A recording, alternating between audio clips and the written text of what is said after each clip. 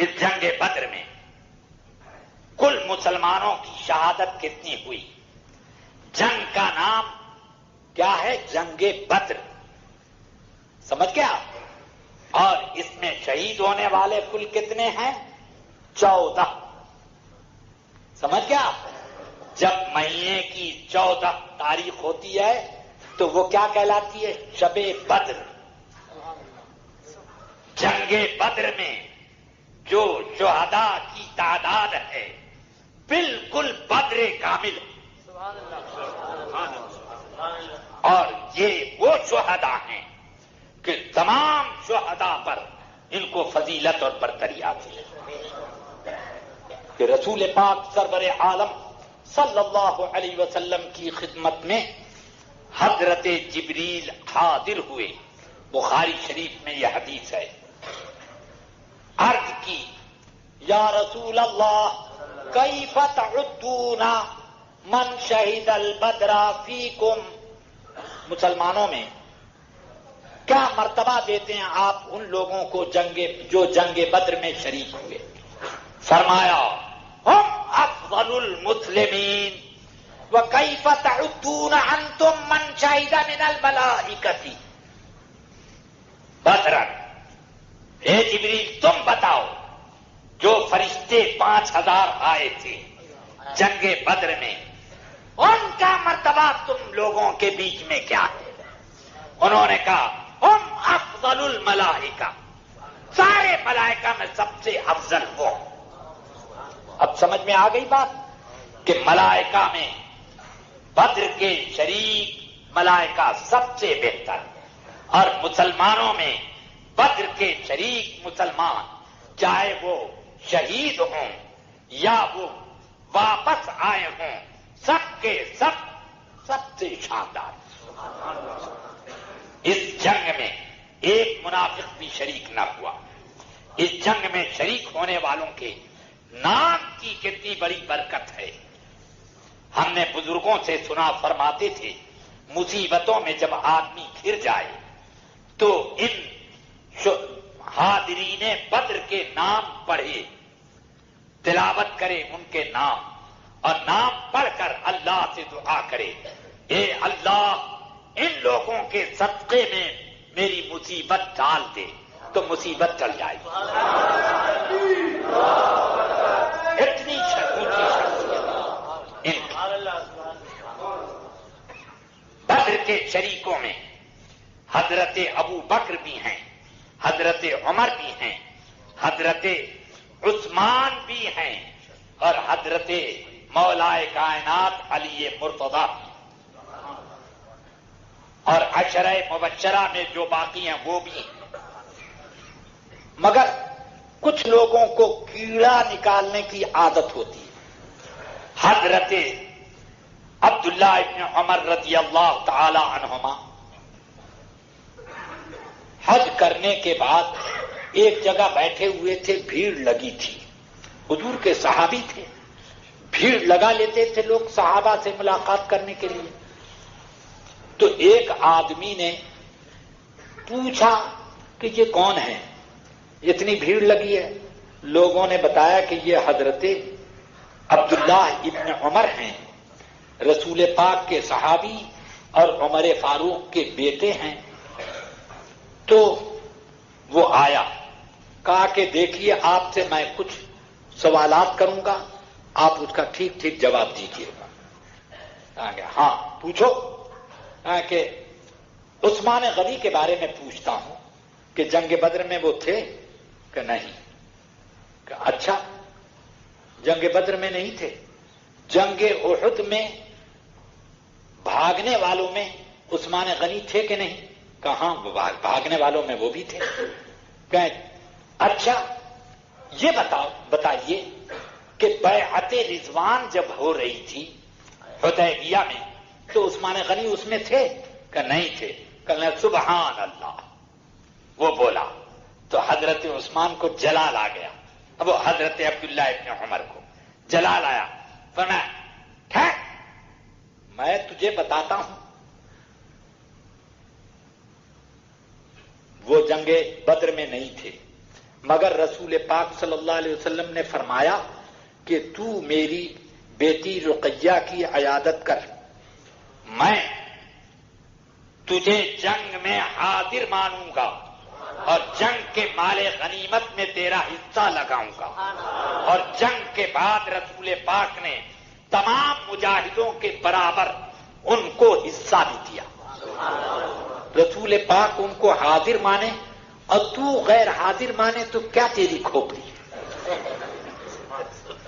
اور سن، جنگ احد میں بھاگنے والے بھاگے تھے، عثمان غنی بھی بھاگے تھے، مگر اللہ نے قرآن میں فرما دیا وَلَقَدْ عَفَا اللَّهُ عَنْكُمْ، تمہاری اس لغزش کو میں نے معاف کر دیا۔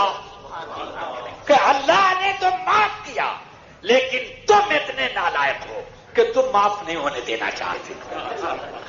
اللہ نے تو معاف کر دیا اور تم کہتے نہیں اللہ معاف کرے، ہم معاف ہونے نہیں دیں گے۔ فرمایا سن، حضور اکرم صلی اللہ علیہ وسلم نے مکے والوں سے بات کرنے کے لیے عثمان کو بھیجا، اور اس لیے بھیجا کہ پورے صحابہ میں مکے والوں کی نظر میں صاحب احترام عثمان کے برابر کوئی نہ تھا، اس لیے رسول پاک نے ان کو بھیجا۔ اتنے میں ان کی موت کی خبر آئی کہ مکے والوں نے انہیں قتل کر دیا، تو رسول پاک نے بیعت لی تمام صحابہ سے کہ عثمان کے خون کا بدلہ لینے کے لیے سب اپنی جان قربان کرنے کی بیعت کرو میرے ہاتھ پر۔ سب نے بیعت کی، سب کی جب بیعت ہو گئی تو رسول اللہ نے صحابہ کے بیچ میں اپنا دایاں ہاتھ اٹھایا اور فرمایا ہذہ ید عثمان، یہ عثمان کا ہاتھ ہے، وہذہ بیعتہ، اور یہ عثمان کی بیعت ہے۔ بول، ایسی بیعت کسی کی ہوئی کہ رسول پاک بیعت لے رہے ہیں اور خود رسول پاک اس بیعت کے وکیل بھی، کسی کو ایسی بیعت نہیں ملی۔ اب بول، اذهب بہذا، جا، یہ میرے جواب لے کے جا، اب بول۔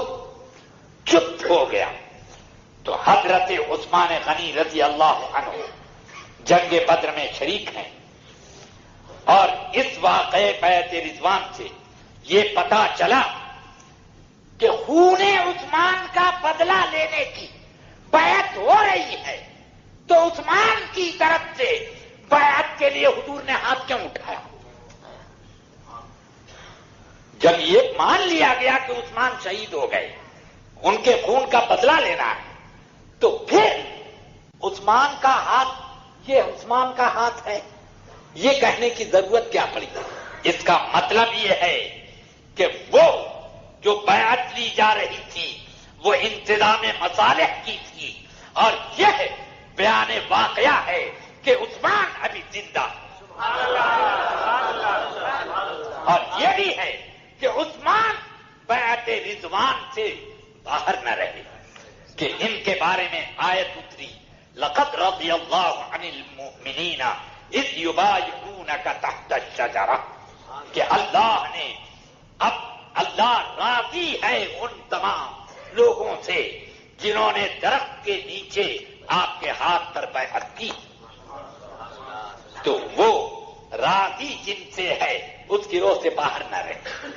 12 اب یہ چند واقعات ہوئے، اس واقعے میں رسول پاک نے اپنی رسالت کا بھی اعلان کیا اور پھر اپنی عبدیت کی بھی شان دکھائی کہ خیمے میں جلوہ بار ہیں اور سجدے میں ہیں اور دعا کر رہے ہیں، اللہم ان شئت لم تعبد، اے اللہ یہ چند مسلمان ہیں، اگر یہ شکست کھا گئے تو اگر تیری یہی مشیت ہے تو پھر قیامت تک تیری عبادت نہ ہوگی، کوئی تجھے ماننے والا نہ رہے گا، یہی لوگ ہیں کہ اسلام کا پرچم بلند کریں گے، تیری عبادت کا چرچا کریں گے، یہ لوگ اگر نہ رہے تو قیامت تک تیری عبادت نہ ہوگی۔ حضرت سیدنا رسول پاک صلی اللہ علیہ وسلم کی یہ دعا کی شان، اس انداز میں دعا کرنا، یہ رسول پاک کی کا مقام عبدیت ہے۔ عبدیت ہے کہ بندگی خدا کی بارگاہ میں کیسی ظاہر کر رہے ہیں۔ حضرت سیدنا ابو بکر صدیق نے یہ جملہ سنا تو فوراً لپک کے گئے، رسول پاک سجدے میں ہیں، آپ نے ہاتھ پکڑ لیا، یا رسول اللہ اب کچھ ضرورت نہیں، اٹھیں یا رسول اللہ، اب کامیابی ہی کامیابی ہے۔ خیمے کے باہر حضور تشریف لائے تو حضرت مقداد ابن اسود کہتے ہیں، یا رسول اللہ ہم ان یہودیوں کی طرح نہیں ہیں کہ جنہوں نے موسیٰ سے کہا تھا کہ اذهب انت وربک فقاتلا انا ہاہنا لقاعدون، آپ اور آپ کے رب جا کر کے جہاد کر لیجئے، ہم لوگ یہاں بیٹھ کے تماشا دیکھتے ہیں کہ جنگ کیسی ہوتی ہے، ہم وہ لوگ نہیں ہیں۔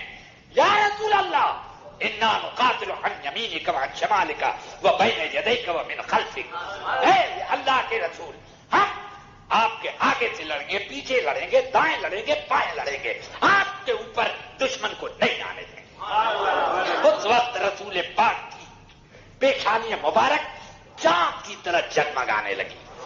حضرت عبداللہ ابن مسعود کہنے لگے، مقداد کے یہ الفاظ سننے کے بعد مجھے رشک ہونے لگا کہ ایک کاش یہ جملہ میں نے کہا ہوتا، یہ بات